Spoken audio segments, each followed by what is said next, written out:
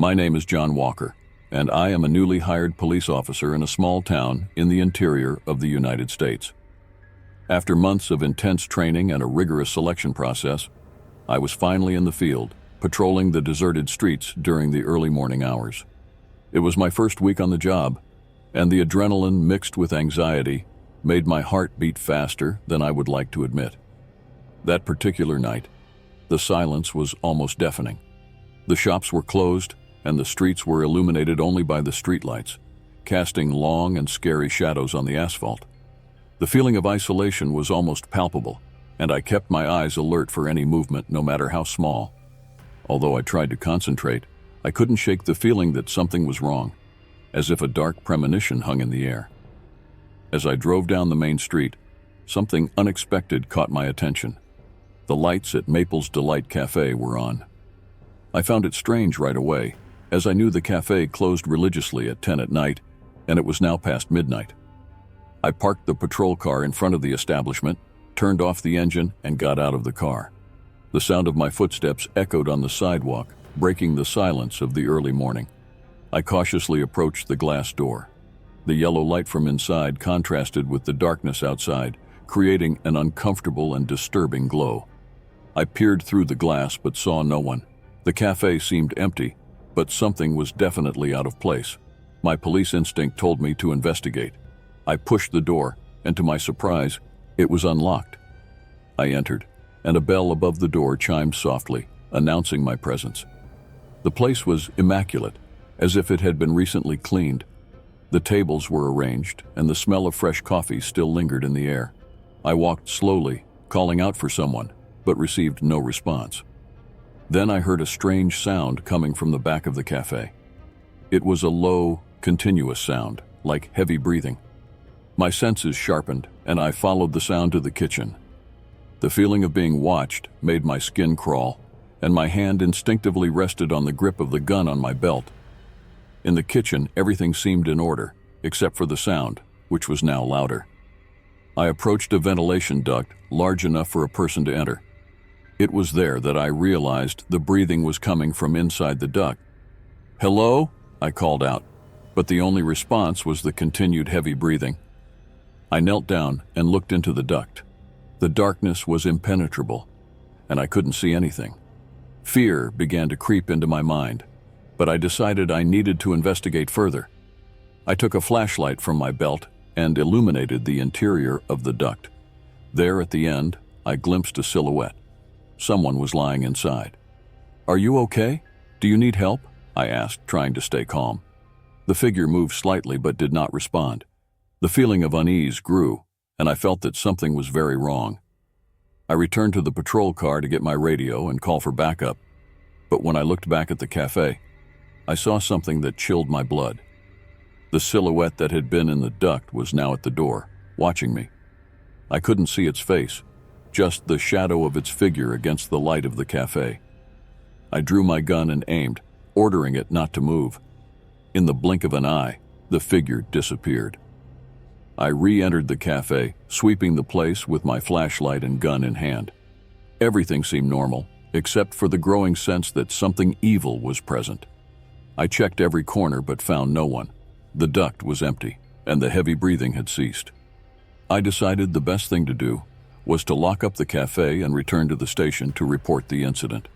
As I locked the door, a disturbing thought crossed my mind. What if the figure was watching me right now from the shadows? That night, I could barely sleep.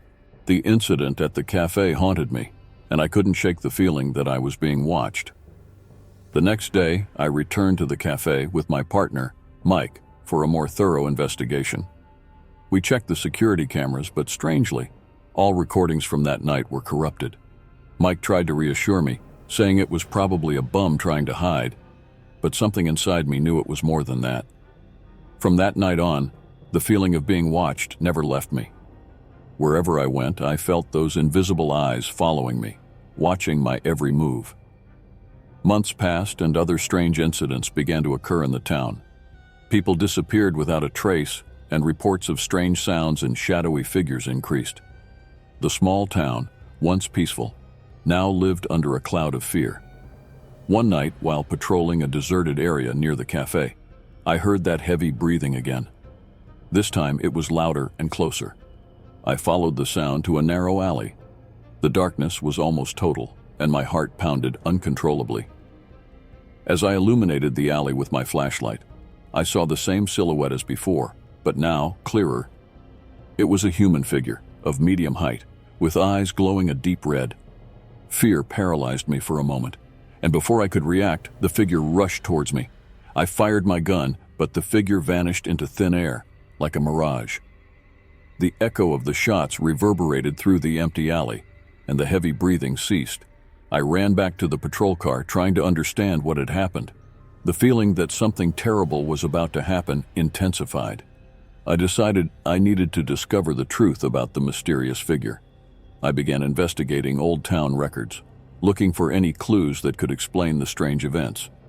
I found old stories about a malevolent entity that had haunted the region for decades. According to the legends, the entity fed on people's fear and despair, and those who encountered it were never the same again. As I delved deeper into the research, I realized that the entity seemed to be linked to the cafe. I discovered that years ago, the place had been the scene of a brutal massacre, where all the staff were found dead in a horrible manner. The case was never solved, and the cafe was reopened years later, without the new owners knowing about the dark past. I decided to return to the cafe one last time, determined to confront the entity. I brought everything I might need: weapons, a flashlight, and even a crucifix, hoping it might offer some protection. I entered the cafe, which now seemed even darker and more oppressive. The heavy breathing started almost immediately, echoing off the walls. I followed the sound to the kitchen, where the duct seemed to emanate an even denser darkness. I decided to enter the duct, even knowing the risks. With each movement, the breathing grew louder and closer, until I finally reached the end of the duct. There, I found a small hidden room, full of unlit candles and strange symbols on the walls. In the center, there was an old book open, with pages filled with writings in a language I did not recognize. Before I could do anything, I felt a presence behind me. I quickly turned, and there was the entity, its red eyes glowing in the darkness. It lunged at me, and everything went dark. When I woke up, I was in a hospital bed. I had been found unconscious on the street near the cafe, with no visible signs of injury. No one believed my story about the entity, and I was placed on leave for psychological reasons. I returned to my hometown, trying to rebuild my life, but the feeling of being watched never left me. I knew the entity was still out there, and that one day it would come back for me. Today, I live in constant fear, always looking over my shoulder, waiting for the moment when those red eyes will appear again. I know I can't escape, and that my final destiny awaits me. What happened at the cafe was just the beginning of an endless nightmare, and now I am trapped in an eternal vigil, knowing the entity will never rest until it consumes me completely. And so, the darkness swallowed me, taking with it all the dark secrets of Maple's Delight.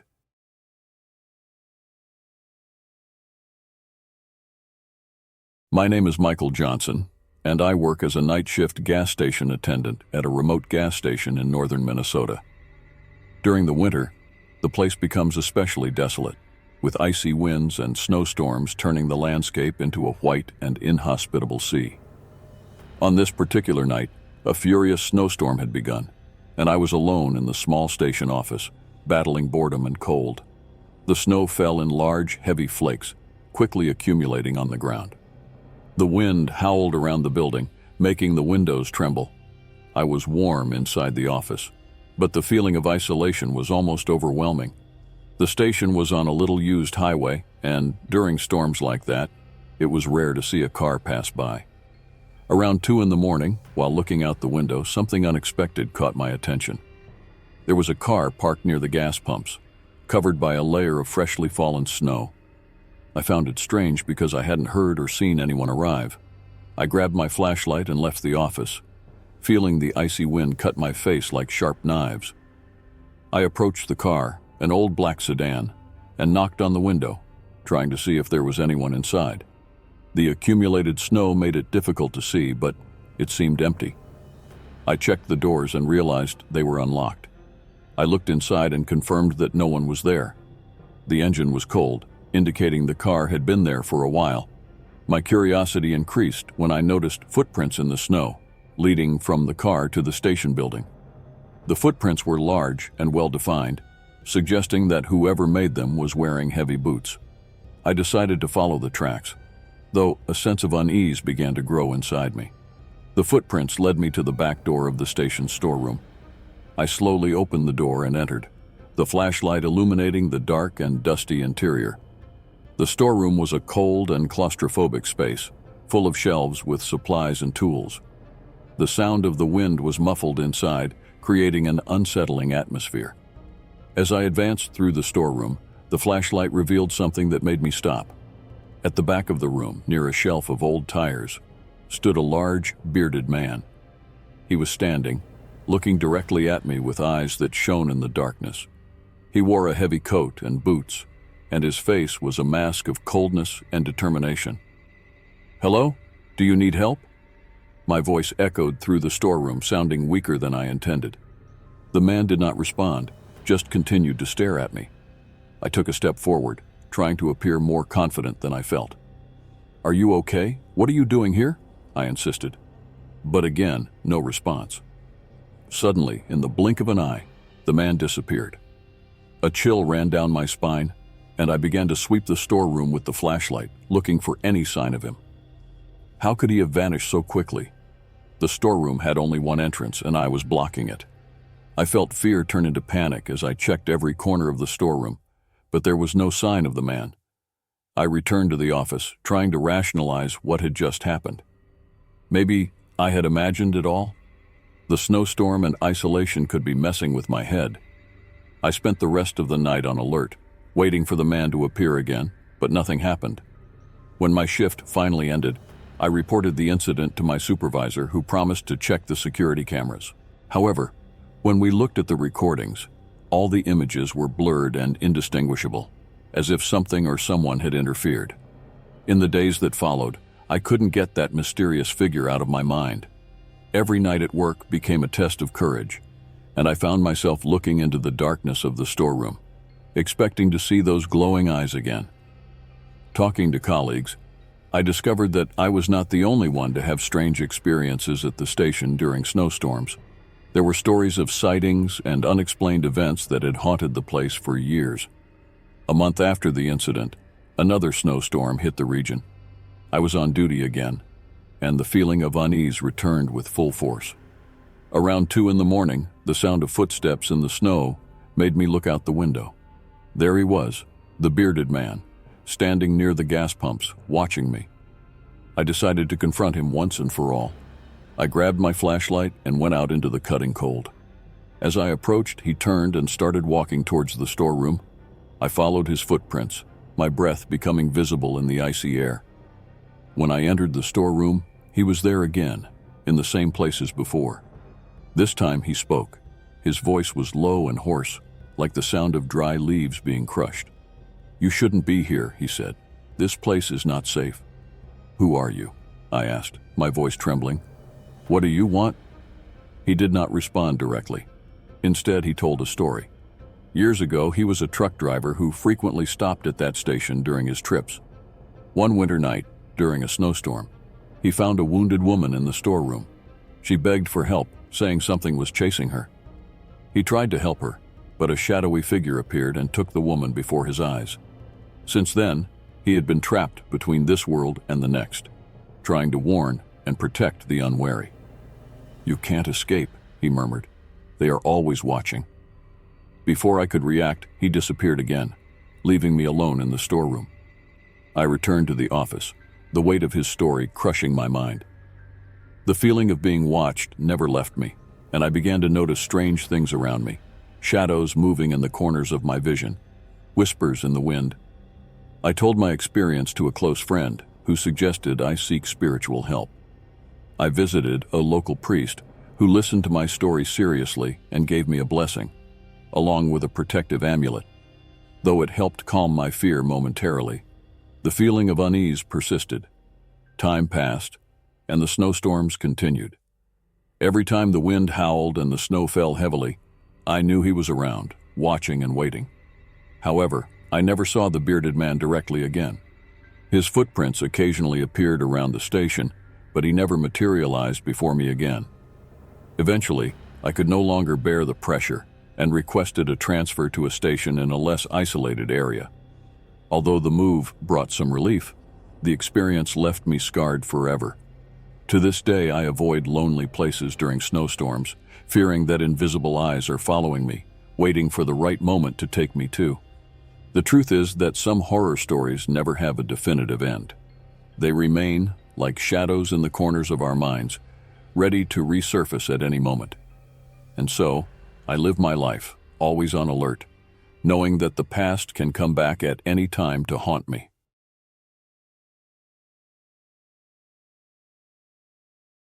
My name is Ethan Thompson, and I work in a small fast food restaurant on the outskirts of a city in the southern United States. The restaurant is known for its quick deliveries, and I am often assigned to take orders to customers, especially during the night shift. Despite my friends' warnings about the dangers of night deliveries, I always considered it a normal part of the job. After all, I had never had any problems, until that night. It was a hot and muggy night, and the air seemed to weigh on me as I waited in the restaurant kitchen for the next order. My boss called me over, handing me a brown paper bag with the order. "We have a special delivery tonight," he said in a tone that made me uncomfortable. "It's for a house far away, on the outskirts of town. It's not a usual place, so be careful." I took the address, and as I looked at the paper, I felt a chill run down my spine. The place was in an almost deserted area, surrounded by dense forests and poorly lit roads. I had never heard of that address before. Even so, I placed the bag on the passenger seat and set off, trying to shake off the feeling of unease. As I drove away from the city lights, the streets grew darker and narrower. The only illumination came from my car's headlights, cutting through the darkness ahead. The radio hissed with static, adding to the sense of isolation. The journey seemed endless, and I began to wonder why anyone would choose to live in such a remote place. Finally, I saw the house in the distance. It was an old, worn-down building, surrounded by tall trees casting long, sinister shadows. I parked the car in the driveway, grabbed the order, and stepped out to make the delivery. The night was eerily silent, without the sound of animals or wind. The silence was oppressive, and I felt as if I were being watched. I walked up to the front door and knocked. The sound echoed through the house, but no one answered. I waited a few moments and knocked again, harder this time. Still no response. Just as I was about to return to the car, something caught my eye. A quick movement in my peripheral vision. I turned and saw a man standing near my car, half hidden by the shadows. He was tall and thin, with a scraggly beard and eyes that gleamed in the darkness. "Can I help you?" I asked, trying to hide my nervousness. The man didn't respond, just continued to watch me with a blank expression. I decided it was best to leave as quickly as possible. I walked back to the car, trying to appear calm, but my heart was racing. When I reached the driver's door, I realized I was no longer alone. Other figures began to emerge from the darkness, moving toward me. They were men and women, all with vacant stares and jerky movements, like puppets controlled by some invisible master. I got into the car and locked the doors, trying to start the engine. My hands were shaking so much it took a few seconds to find the key. When I finally managed to start the car, the headlights illuminated the approaching figures.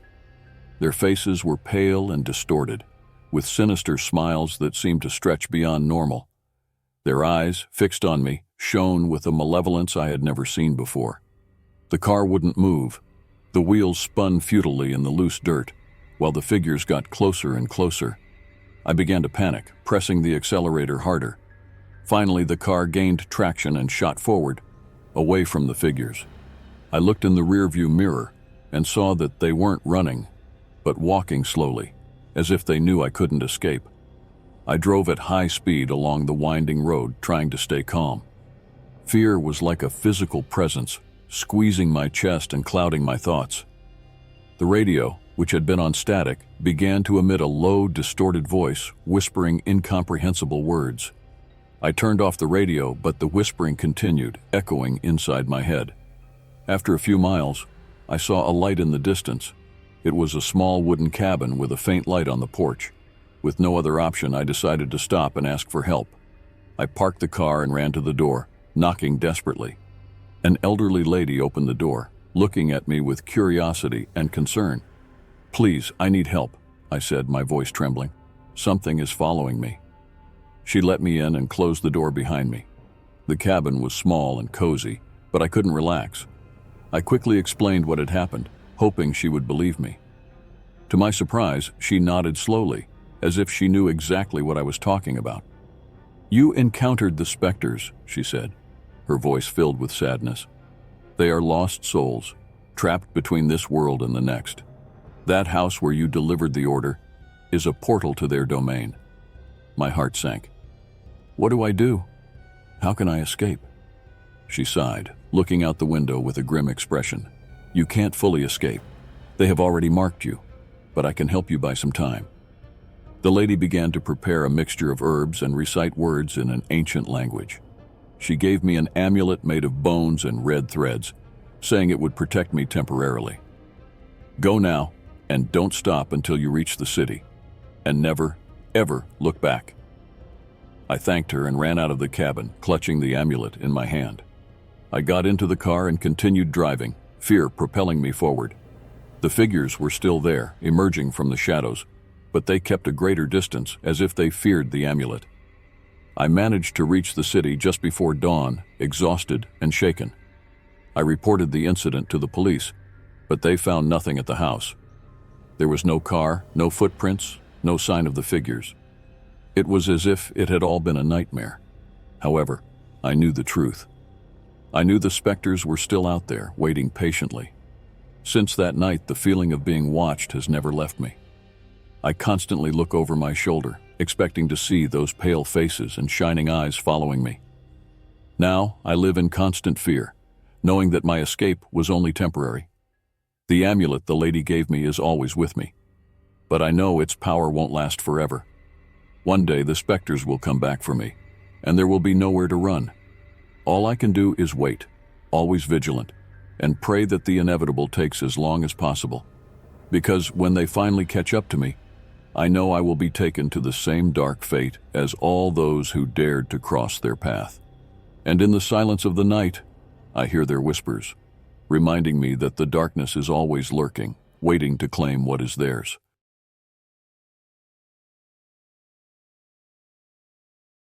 My name is Jake. I work as a gas station attendant on a deserted highway in a small town in the interior of the United States. On the night shift, I'm often alone, with only the distant sound of passing cars for company. I've seen many strange things during this time, but nothing compares to what happened that specific night. It was a cold and rainy October night. Few customers came to the station, most of them in a hurry to get back home. Around 2 in the morning, I noticed a car parked in the corner of the parking lot. It was an old black sedan, sitting there for quite some time. Initially, I tried to ignore it, thinking maybe someone was just resting before continuing their journey. As the minutes passed, I began to feel uneasy. The car wasn't moving, and I couldn't clearly see who was inside because of the rain-darkened windows. I decided to leave the store and take a closer look. With my heart racing, I walked over to the car. When I got closer, I saw a man sitting in the driver's seat staring straight ahead. He didn't seem to notice my presence. "Hey, is everything okay?" I asked, trying to sound casual. The man didn't respond. He just slowly turned his head toward me. His eyes were vacant, without any trace of emotion, and he had a disturbing smile on his face. A chill ran down my spine, and I felt a primal instinct telling me to get out of there. I went back to the store, trying to rationalize what I had seen. Maybe he was just tired. But something inside me knew there was something very wrong with that man. I decided to lock the store door as a precaution and watch from inside. The rain began to fall harder, creating a constant sound on the store's metal roof. The car was still there, and the man was now out of it, walking slowly toward the station. I could see he was holding something in his hand, something that glinted under the faint light of the lamppost. As he got closer, I saw it was a knife. My heart raced. I ran to the door and locked it with all the available locks. The man reached the door and started banging on it with the knife, creating a terrifying sound that echoed through the empty store. He didn't say a word, just kept banging, his disturbing smile never disappearing. "Go away! I'm calling the police!" I shouted, but he didn't respond. He continued banging, harder with each second. I picked up the phone and dialed the police number with trembling hands. While waiting, I hid behind the counter, trying to control my breathing. The police arrived in minutes, but it felt like hours. When the officers entered the store, the mysterious man had already vanished, leaving only knife marks on the door. They searched the area but found no sign of him or the car. In the following days, I couldn't stop thinking about the man and what he wanted. The gas station felt darker, and every sound at night made me jump. Then a week later, I received a letter with no return address. Inside was a photo of the man, standing in front of my house, holding the same knife. I began living in a constant state of alert. I asked to change shifts, but my request was denied. I had no choice but to continue working nights, waiting for the moment he would show up again. A few nights later, I was restocking the store shelves when I heard the sound of footsteps outside. The station was deserted, and the rain was falling heavily like on the first night. I peered out the window and saw the silhouette of the man. He was standing by the gas pump, looking directly at me. I locked the door again and picked up the phone, but the line was dead. The man approached the store and began banging on the door with the knife like before, but this time he was muttering something. I pressed my ear against the door and managed to hear his words. "I'm going to get you, Jake. I'm going to get you." I was paralyzed with fear. I grabbed an iron bar we used for emergencies and prepared for the worst. He continued banging and muttering, his disturbing smile never disappearing. Then suddenly he stopped. I looked out the window and he was gone.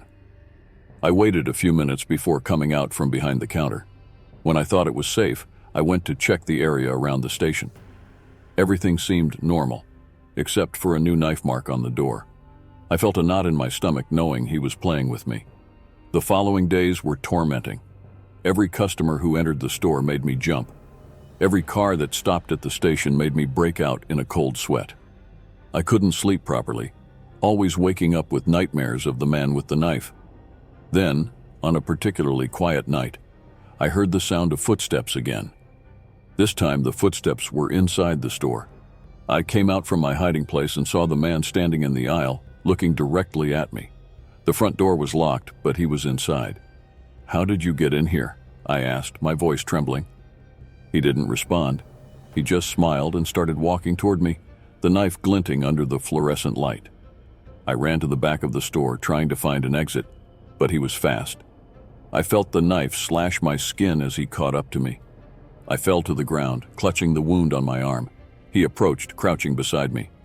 "I told you I was going to get you, Jake," he murmured. I smelled the metallic scent of blood as he raised the knife again. "You can't escape from me." I closed my eyes, expecting the final blow, but instead, I heard a scream. I opened my eyes and saw one of the regular customers, a truck driver named Tom, fighting with the man. Tom managed to knock the knife out of his hand and restrain the attacker until the police arrived. I was taken to the hospital and treated for the wound. The police arrested the man, but he never revealed his motive. All he said was that he had to get me. I returned to work at the station, but nothing was the same. Every night was a struggle against fear.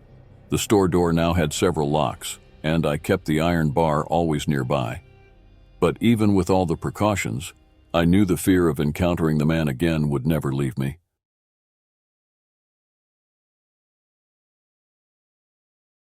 My name is Thomas Green, and I am the night shift leader at a large retail store located in the suburbs. Working at night has its advantages, such as tranquility and the absence of daily chaos, but it also brings its own challenges and dangers. On that particular night, I had no idea how scary and dangerous it would become. The shift started as usual.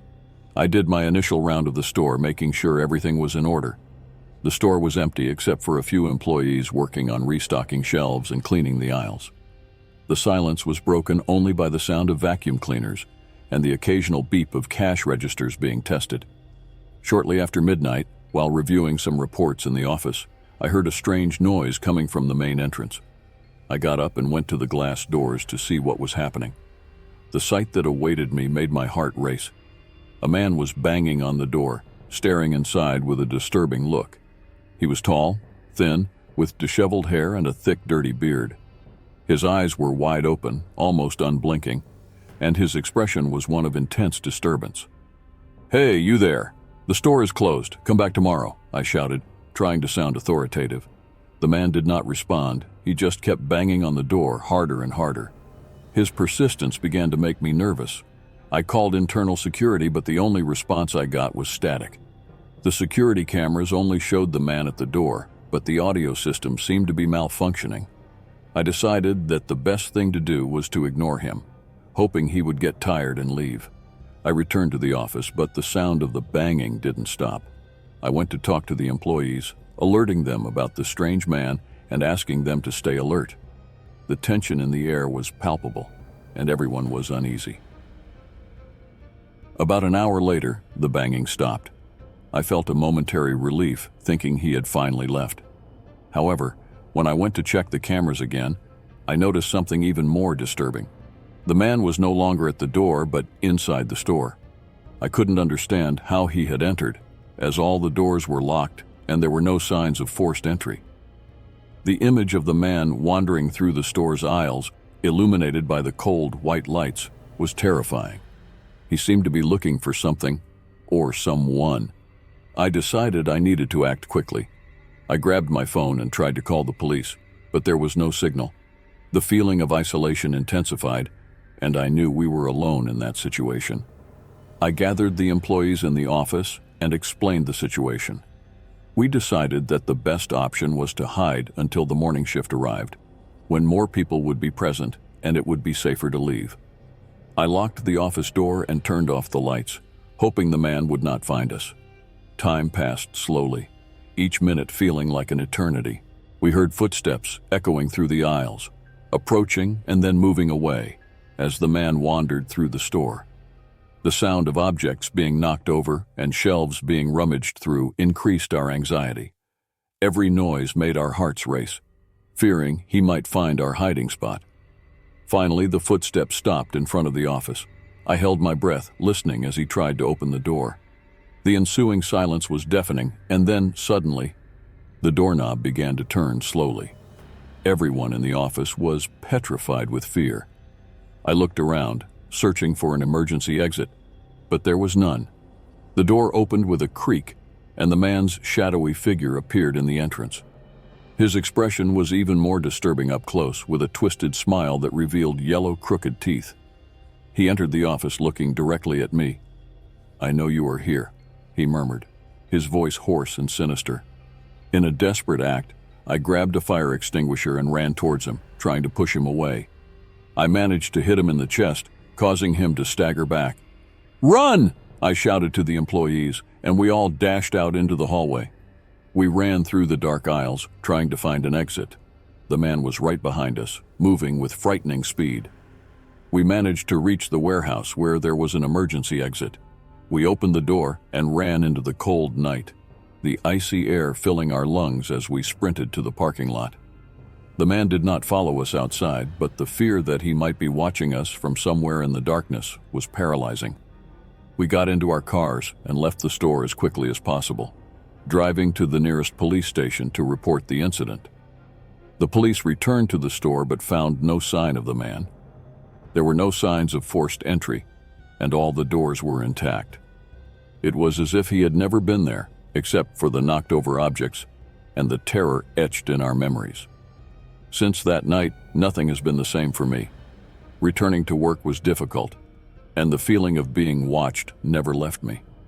The security cameras recorded nothing unusual, but I knew the truth. Something or someone was lurking, waiting for the right moment to strike again.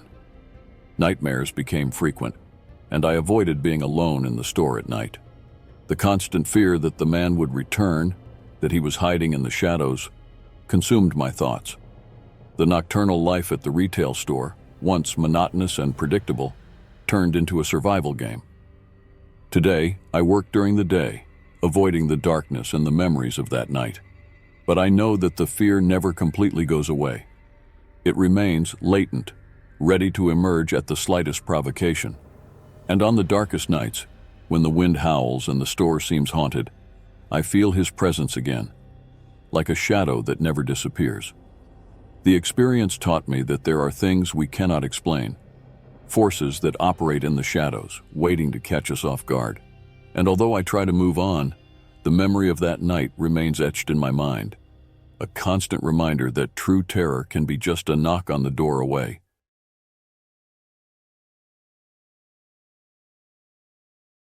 Working as a Chinese food delivery driver was never a job I imagined for myself. My name is James, and the job was just a way to make some money while I looked for something better. The nights were usually calm, with quick deliveries and some tips. But on that particular night, something unusual happened, something that completely changed my life. It was a Thursday, and my shift was almost over. I received an order for a more distant area of the city, a little traveled neighborhood. The order came with strange instructions. Leave the food inside the house. The door will be unlocked. Do not ring the bell. I found it odd but followed the instructions, thinking it might be someone elderly or with mobility issues. I drove to the indicated address, an old mansion far from other houses. The street was deserted, lit only by a few streetlights. I parked the car in front of the gate and observed the house. It had a gloomy air with peeling paint and dusty windows. A strange feeling began to grow inside me, but I decided to ignore it. I grabbed the food bag and headed to the front door. The door was indeed unlocked, as mentioned in the instructions. I pushed the door carefully, and it opened with a loud creak, revealing a dark, dimly lit hallway. A strange smell, a mix of mold and something sweet, invaded my nostrils. There was a single faint light at the end of the hallway, probably coming from a room further ahead. I called out for someone, but there was no response. I took a few hesitant steps inside the house, my senses on high alert. Suddenly, something caught my attention. At the end of the hallway, to the right, a shadow was slowly moving. My heart started to beat faster, and a sense of panic took over me. The silhouette I had seen was slowly approaching. I tried to focus my eyes to identify what it was, but the darkness made it difficult to see. I began to back away, but my feet seemed glued to the floor. The figure moved strangely, as if it were floating, and emitted a low, guttural sound that made my soul shiver. Finally, the silhouette was revealed in the faint light. It was a tall and skeletal figure with deep and empty eyes and a distorted mouth in a macabre smile. Its arms were long and thin, reaching out toward me. Panic gripped me in a way I had never felt before. I screamed and ran toward the door, my heart pounding uncontrollably. I managed to get out of the house and ran to the car without looking back. My hands were shaking so much that I could barely start the engine. I drove like a madman back to the city, trying to push the horrific image out of my mind. That night, I couldn't sleep. The image of the silhouette haunted me whenever I closed my eyes. The next day, still in shock, I decided to investigate the house. I discovered that the house had been abandoned for years, and the last resident had mysteriously disappeared. They say he was a reclusive man, obsessed with occult practices and macabre rituals. I never managed to forget that night. The image of the silhouette haunts my dreams, and sometimes I feel like I'm being watched. I stopped working as a delivery driver soon after, but the fear never left me. The experience showed me that there are things in the world that go beyond our understanding, and some doors should never be opened. A few weeks after the incident, my curiosity turned into an obsession. I started researching more about the house and its former residents. I discovered that the last resident, a man named Richard, was a recluse known for his interest in occult practices. He had moved into the house in the 80s, and since then, few had seen him leave. Neighbors reported strange sounds coming from the house at night and the feeling of being watched when they passed by. One day, I decided to go back to that house during the day. I took a flashlight, a cell phone, and a bit of courage that I barely knew I had. When I got there, the house looked even more sinister in the daylight. The door was again unlocked, as if it was expecting my visit. I went in, and the heavy atmosphere seemed to envelop me again. Exploring the rooms, I found melted candles and strange symbols drawn on the walls. Old books of spells and rituals were scattered on the floor. Everything indicated that Richard was trying to summon something or someone. The feeling of being watched never left me, and I could barely focus on the details around me. In the basement, I found an altar with bizarre objects, including small bones that looked like they belonged to animals, and a carved figure that vaguely resembled the silhouette I had seen. Fear overwhelmed me, but curiosity was stronger. I searched the basement, trying to find more clues about what Richard might have been doing. Suddenly, I heard footsteps above me. It sounded like someone was walking in the house. Panic took over me again. I slowly climbed the stairs, trying not to make any noise. When I reached the hallway, I saw the same silhouette from the other night, standing in the doorway. It didn't move, just watched me. I felt the terror grow inside me, but I needed to know what was going on. With the flashlight trembling in my hands, I illuminated the figure. To my horror, there was no body, just the shadow. It was as if the silhouette had a life of its own, a manifestation of something evil that Richard had brought into our world. My survival instincts finally kicked in, and I ran as fast as I could out of the house. On the way back to the car, I tripped and fell, hurting my knee. The pain was intense, but the fear was greater. I finally reached the car, got in, and sped away. While driving, I promised myself that I would never return to that house. The following days were a blur of fear and confusion. My nightmares became more frequent, and I always felt like I was being watched. Finally, I decided to seek help. I talked to a therapist who patiently listened to my story. He suggested that I was suffering from post-traumatic stress and recommended some techniques to deal with the fear. Despite the therapy, the feeling of being watched didn't disappear. One night, while watching television, I saw a news report about a body found in the forest near the house where everything happened. The description of the body matched Richard, the former resident. The police were investigating, but had few leads.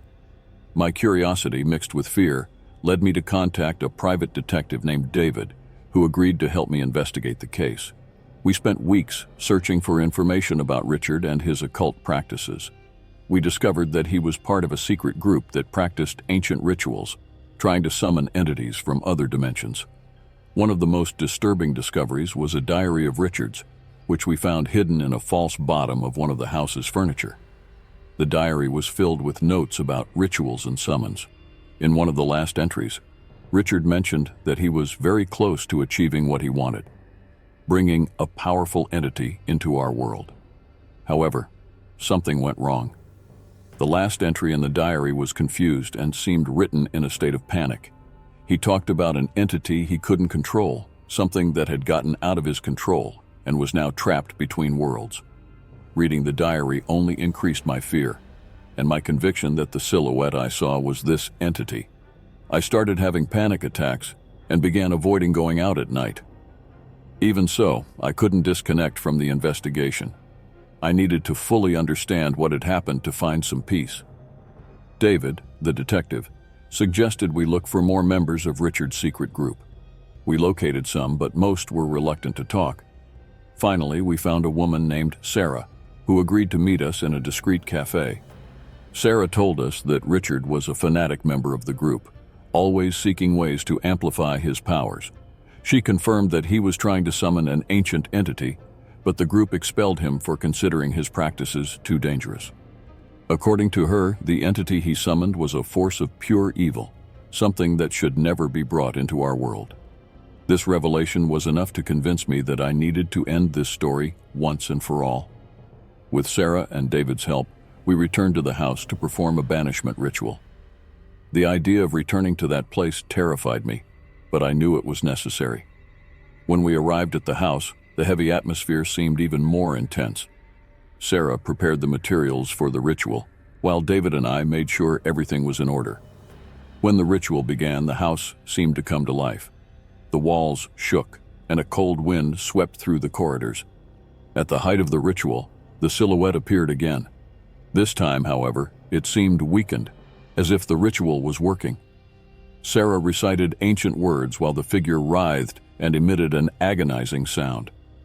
Finally, With a final scream, the silhouette disappeared, and the house fell into a sepulchral silence. The relief was immediate. We knew we had succeeded. We quickly left the house, and this time I knew I would never return.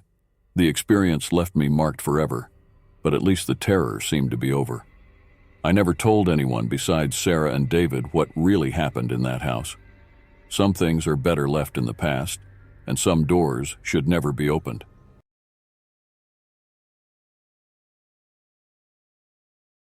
My name is Carl Anderson, and I am the janitor at Greenfield Elementary School. I have worked the night shift for years when the school is empty and quiet, preparing the building for the next day. I have always enjoyed the tranquility of the night hours, but one night in particular completely changed my perception of the place. It was a winter night, and the school was especially quiet. The sound of the wind blowing outside was the only thing breaking the absolute silence. I was doing my usual routine of cleaning classrooms and hallways, the sound of the mop and water echoing loudly in the empty building. The school, usually a place of laughter and learning, felt strangely oppressive that night. Around midnight, while cleaning the second-floor hallway, I heard something that made my heart race. Children's laughter. I looked up and looked around but saw nothing. I thought I must be imagining things. I continued my work, but the laughter came back, louder and closer this time. The feeling of being watched started to creep in. I put the mop aside and started walking down the hallway, trying to locate the source of the laughter. The sound echoed off the walls, making it difficult to pinpoint exactly where it was coming from. As I turned the corner, I heard light footsteps, as if small children were running down the hallway. The feeling of unease grew, and I decided to check the classrooms. I opened the door to the first room and turned on the light. Nothing. The room was empty, exactly as it should be. I went to the next room and repeated the process, but again, found nothing. The laughter continued, now seeming to come from all directions at once. I began to feel a chill run down my spine. When I entered the third classroom, something caught my attention. There were children's handprints on the walls, as if kids had touched there recently. The paint on the hands looked fresh, shining under the fluorescent light. My heart pounded in my chest as I approached the prints. I ran my hand over them, feeling the slightly damp texture. These prints weren't there before. I had cleaned that room the night before. I decided to check the security cameras to see if I could get any explanation. The security office was on the first floor, and I quickly went down the stairs. The feeling of being watched did not leave me. Every shadow in the corner of my eyes seemed to move, and the sounds of laughter and footsteps still echoed through the hallways. In the office, I sat down in front of the monitors and started reviewing the recordings. What I saw on the screens made my blood run cold. The cameras showed inexplicable movements, shadows running through the hallways, doors opening and closing by themselves, and handprints appearing on the walls like magic. The laughter I was hearing was not a figment of my imagination. The cameras clearly captured it, but there was no one visible making the sounds. As I watched the recordings, the lights in the office started to flicker and the feeling of cold increased. An icy wind seemed to sweep through the room, even though all the windows were closed. Suddenly, the monitors turned to static, and the only thing I could hear was distant laughter. I ran out of the office, my mind struggling to comprehend what was happening. I went back to the hallways, now completely terrified.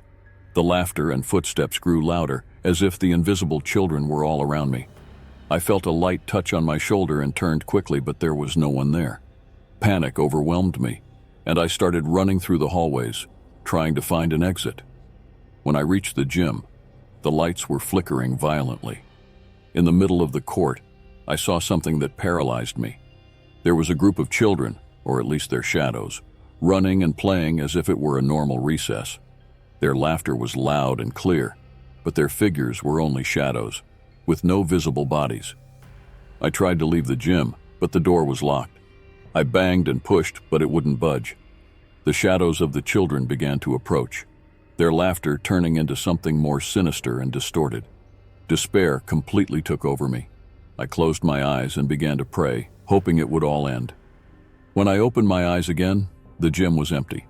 The lights were stable, and the silence was absolute. I ran to the door, which now opened easily. I left the gym and went straight to the school exit, not looking back. I locked the main door and got into my car, my hands trembling as I started the engine. The next day, I quit my job. I never told anyone exactly what happened that night. Who would believe me? But I know what I saw and heard, and I know it was not of this world. Since then, I avoid going near that school. The experience left me scarred, and the fear that those laughs and shadows might follow me has never left. Greenfield Elementary School continues to operate normally, but the stories of unexplained events persist. Some staff and students report hearing strange laughter and seeing shadows in the hallways, but no one knows the truth about what really happens at night.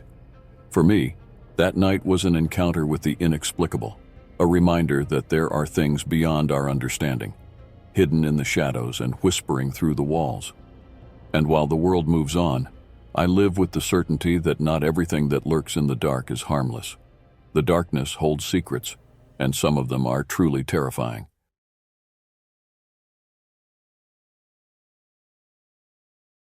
My name is Sam.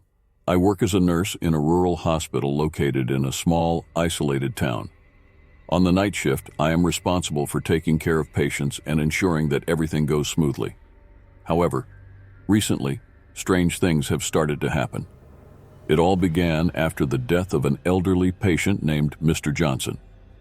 Mr. Johnson was a kind and gentle man, but he was very sick. He spent weeks in the geriatric ward of the hospital before passing away. I clearly remember the night he died. The heart monitor emitted a long, continuous beep, indicating that his heart had stopped. I went to his room, but it was already too late. Mr. Johnson was gone peacefully, or so I thought. A few days after his death, I started noticing strange things. During my night shift, I heard the sound of the heart monitor coming from the room where Mr. Johnson stayed. I found it odd since the room was empty. I decided to investigate, but when I got there, everything was silent. The monitor was off, and the room was dark and empty. The next night, while making my rounds, I saw a shadow moving in the hallway. At first, I thought it was a colleague, but as I approached, the shadow disappeared. I stood there, looking around, trying to understand what had happened. The hallway was deserted. Things began to worsen when other patients started reporting sightings of Mr. Johnson. A patient named Mary told me she saw Mr. Johnson in her room the previous night. She was scared and pale. "He was here, standing by my bed," she said. "He didn't say anything, just looked at me with those sad eyes." These reports became more frequent.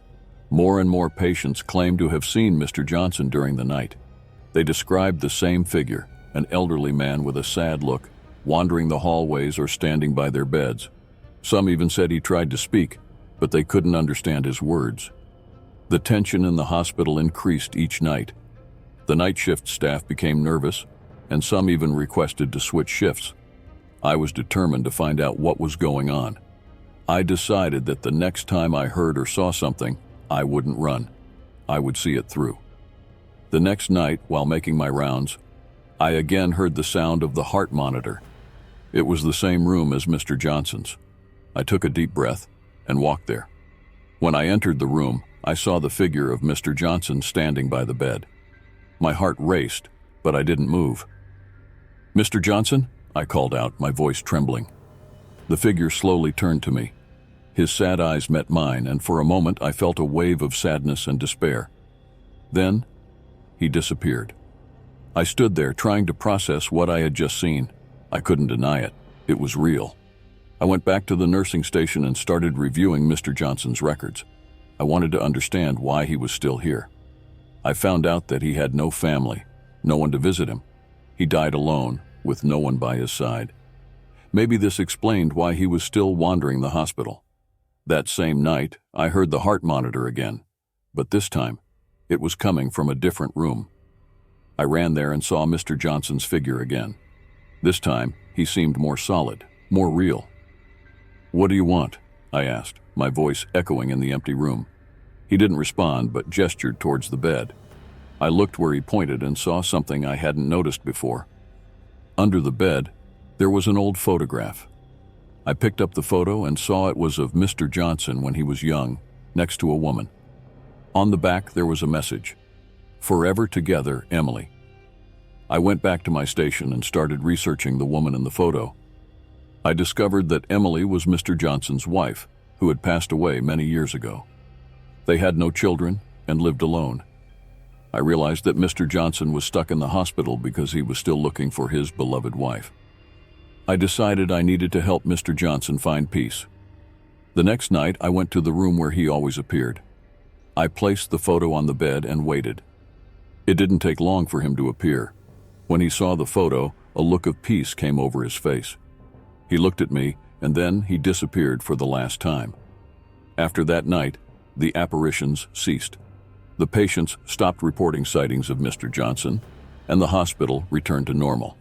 I still remember him, and sometimes, during the night shift, I think about his search for peace and eternal love.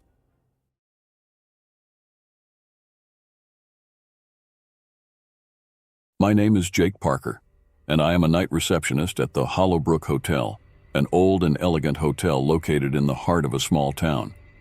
Working at night has its advantages: the tranquility, the opportunity to read, and the absence of the daytime chaos.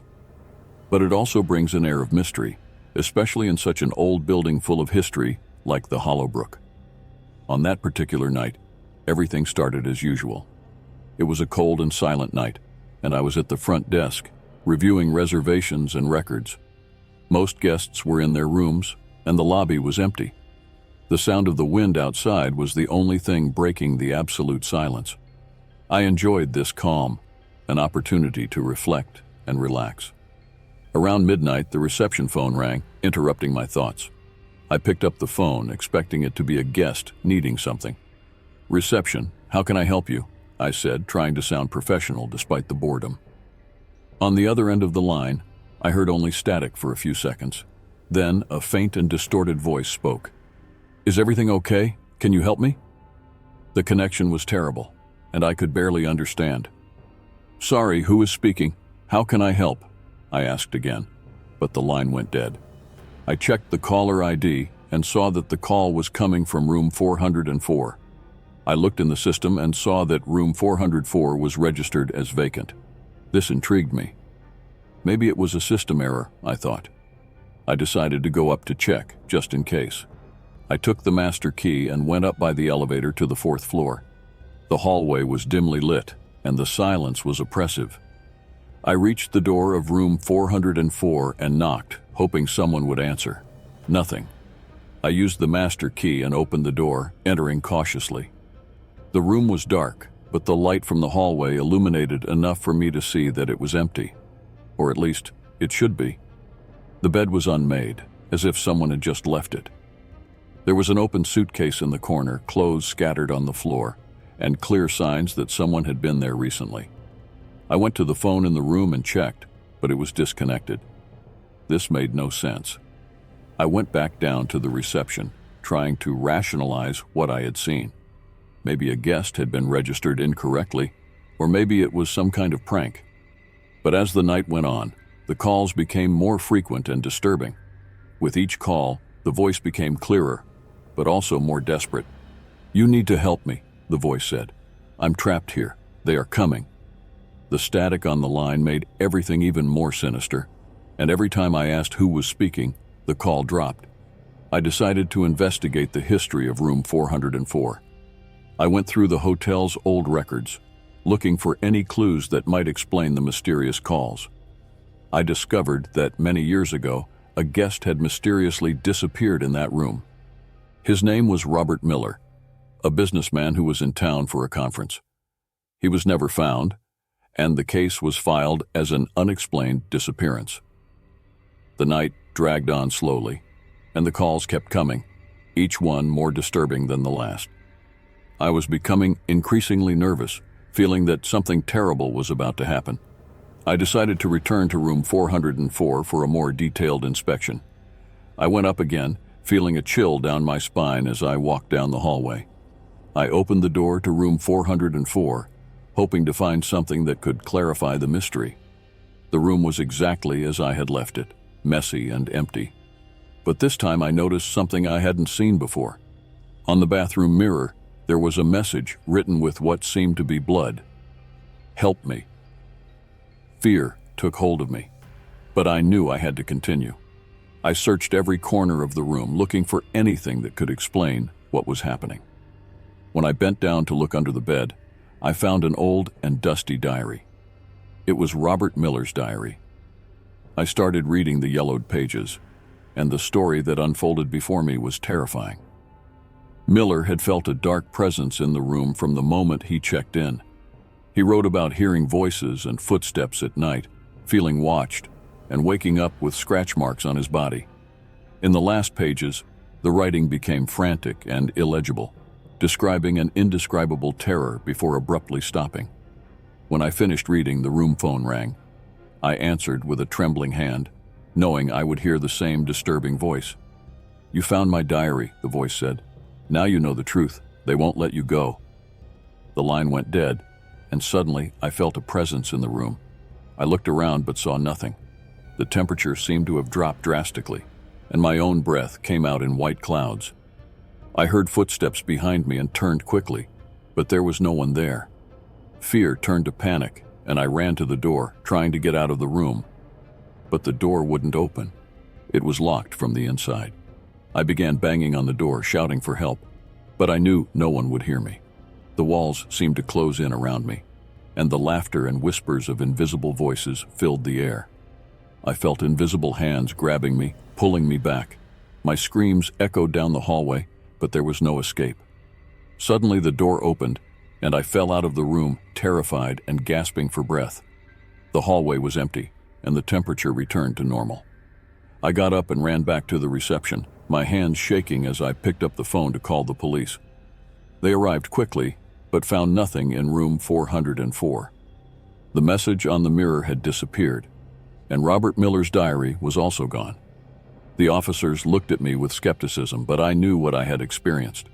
I knew something evil inhabited that room, and that it wouldn't rest until it found its next victim. I resigned the next day, unable to bear the thought of spending another night in that hotel. The experience left me marked forever, and the memories of that night still haunt my dreams. I know that the Hollowbrook continues to operate, and other receptionists take my place, but room 404 remains vacant. The story of Robert Miller and the mysterious calls was never resolved. And while the hotel continues to receive guests, the terror I felt that night remains latent, waiting to emerge again. Because true horror is not what we see, but what we feel, and sometimes there is no escape.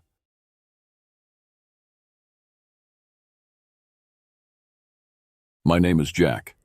I work as a mechanic in a 24-hour workshop on the outskirts of a small town. The night shift is always lonely and quiet, allowing me to focus on my work without many interruptions. But on one specific night, everything changed, and my life was never the same again. It was a cold, dark November night. The workshop was especially silent, with only the occasional sound of a car passing by in the distance. Around 2 a.m, the phone rang. I answered quickly, thinking it was a customer with a common problem. A deep, tense voice on the other end of the line said, "My car broke down on the road. I need help." I took down the address, grabbed my tools, and drove to the indicated location. The road was deserted and shrouded in fog, heightening the sense of isolation. When I arrived, I saw a car parked on the shoulder, with the engine still hot. I found it strange that there was no one around.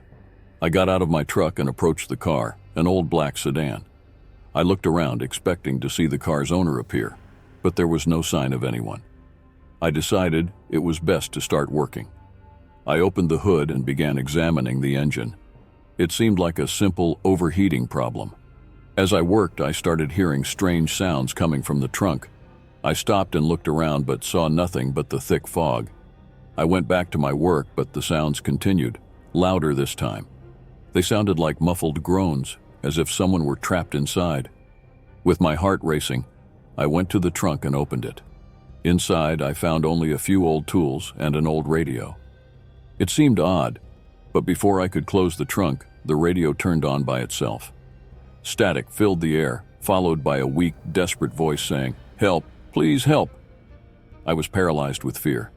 I looked around, expecting it to be some kind of prank, but the road was deserted. The voice on the radio continued, now clearer. "I'm trapped. Help me." I turned off the radio, trying to rationalize what was happening. Maybe it was interference, something explainable. But the sound of those groans and the voice asking for help wouldn't leave my mind. I closed the trunk and went back to the engine, trying to finish the repair as quickly as possible. Suddenly, I heard footsteps behind me. I turned quickly but saw no one. Fear began to take hold of me. I continued working, but the footsteps kept coming, getting closer and closer. I decided I needed to get out of there. I closed the hood and prepared to leave. When I got into my truck, the radio in the car I was fixing turned on again. The same voice came through, now in an even more desperate tone. "Please, don't go. Help me. I'm here." I couldn't ignore it. I got out of the truck and went back to the car. This time, I decided to look deeper. I opened all the doors, checked the seats, but found nothing. I went back to the trunk and started taking out the old tools. At the bottom, I found a kind of secret compartment. With effort, I managed to open the compartment. Inside, there was a small wooden box. I picked up the box, feeling a shiver run down my spine. I slowly opened the lid, and inside, I found an old photo of a family, a man, a woman, and a child. On the back of the photo, there was a message: "Forever together, even in death." It was then that I heard the voice again, but this time, it wasn't coming from the radio. It was right beside me. "Please, help me. I can't rest." I turned and saw the figure of a man, pale and transparent, looking at me with sad eyes. I took a step back, almost tripping. Who are you?" I asked, my voice trembling. "My name is Richard. I was killed and buried here. They trapped me in this car. Please help me find peace." I didn't know what to do. I felt a mixture of fear and compassion. "How can I help you?" I asked, trying to stay calm. "Take my remains to my family. They need to know the truth. Only then can I rest," I agreed, not knowing exactly what to do next. Richard's spirit disappeared, leaving me alone again. I took the wooden box and went back to the truck. I drove back to the workshop, trying to organize my thoughts. The next day, I took the box to the police and explained everything that had happened. They investigated the case and, after a few days, found Richard's remains in the car's secret compartment. His family was located, and they were finally able to give him a proper burial. Since then, I no longer work the night shift. The experience left me forever marked, but I know I did the right thing by helping Richard find peace. And somehow, that brought a little peace to me too.